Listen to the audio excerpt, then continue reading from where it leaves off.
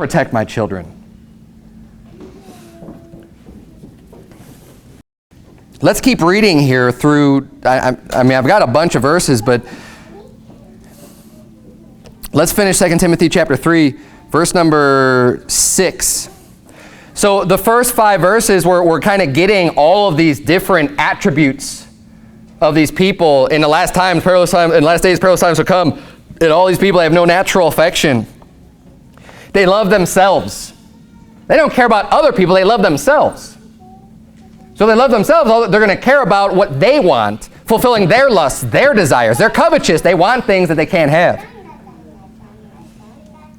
And then it says in verse 6, for of this sort, of all the people have all these attributes just described here, are they which creep into houses.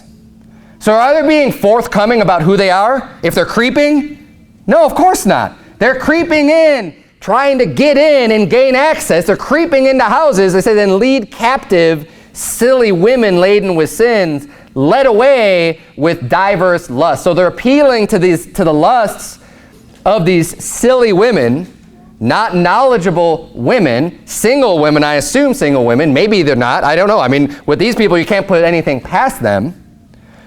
But they're using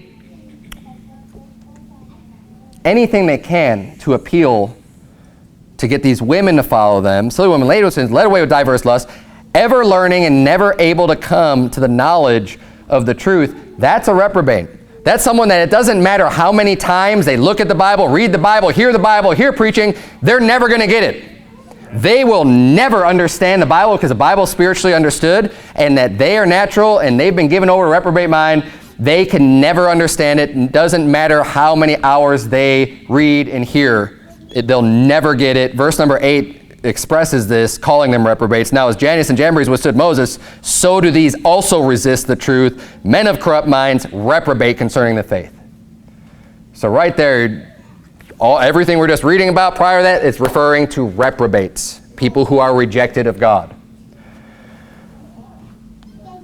They have a motivation to creep in, and in this situation, they're leading the way captive silly women. Now, captive, notice that.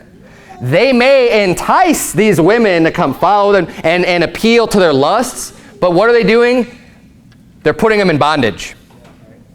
They're making them captive to them and just controlling them, and however these reprobates do it, that is not good intentions.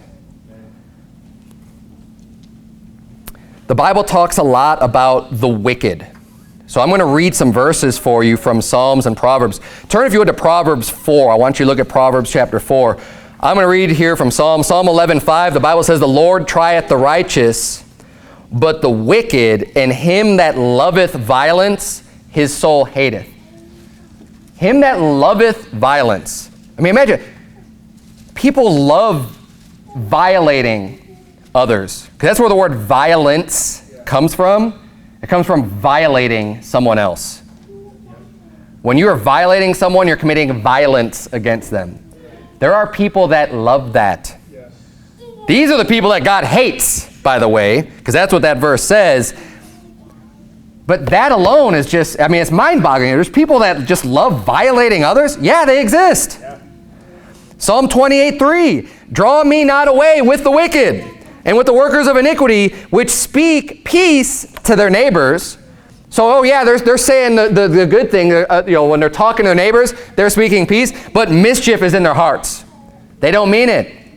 They're hypocrites. They're trying to sound good to their neighbors, but in their hearts, it's mischief. They're just thinking about bad things, even though, oh, hey, neighbor, how's it going? I see you're growing a nice garden over there, and just striking up a normal, friendly conversation, and in their heart, what you can't see is mischief. It's hard for us to understand. It's hard for me to understand. I need to be reminded of this on a regular basis. Because when you have that conversation with your neighbor, you're not thinking anything like that. You actually are interested in what they're doing, and you hope bless them and hope everything's fine with you. Not the wicked person. not a child of the devil, not a reprobate. That's not how they think. That's not how they operate. But they're deceitful. They'll make you think that they're normal, that they're fine, that they're loving. That's how they get in. That's how they're even able to try to get, that's why they're doing it, is trying to get under the radar. If they just outwardly were acting like their heart is, then they'd be really easy to spot. But they have to put on their mask. They have to put on their sheep outfit to not draw attention to themselves, to be able to gain access to whatever it is that the lust of their filthy heart desires to go in and destroy and devour.